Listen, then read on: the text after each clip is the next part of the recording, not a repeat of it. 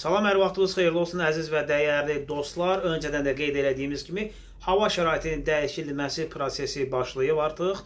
Bugün günün ikinci yarısından etibarən Respublikanın qərb, şimal-qərb bölgələri, Bakı, Abşeron yarımadası və şimal bölgələrində hava şəraitinin güclü küləkli olması, bəzi yerlərdə küləklərin fəsad törətməsi və qısa müddətli qasırğaların olması ehtimalı var. Soyuq hava şəraiti olacaq bəzi bölgələrimizdə.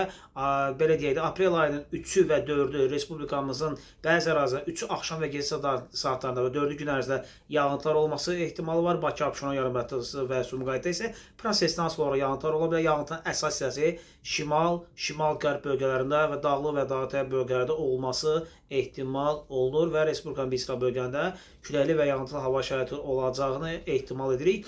Ayın 4-dən sonraki günlərdə isə 5, 6, 7 və digər günlərdə isə hava şəraitinin bir qədər isinməsi ehtimalı var. Soyuq hava kütləsi haqqında məlumat vermişdi. Bu soyuq hava kütləsinin Azərbaycana deyil, Türkiyəyə getdiyi və Avropa, Balkanlar və Türkiyədə daha çox soyuğun olacağı, müşahidə olacağı ehtimalı var. Türkiyənin bir sıra bölgələrində yağıntılar sulu qar və qar şəklində olacaq. Azərbaycanda isə bu proses yalnız yağış şəklində, şimşək şəklində olması ehtimal olunur. Ətraflı məlumatlar sizlərə geniş məlumat verməyə çalışdıq. Səhifəni takib eləməyi və bizləri izləməyi unutmayın dəyərli dostlar. Bizləri TikTok, Instagram və həmçinin YouTube kanalımızdan izləməyi unutmayın. Bizi izlədiyiniz üçün təşəkkürlər. Vaxt ayırdığınız üçün minnətdarıq hər birinizə.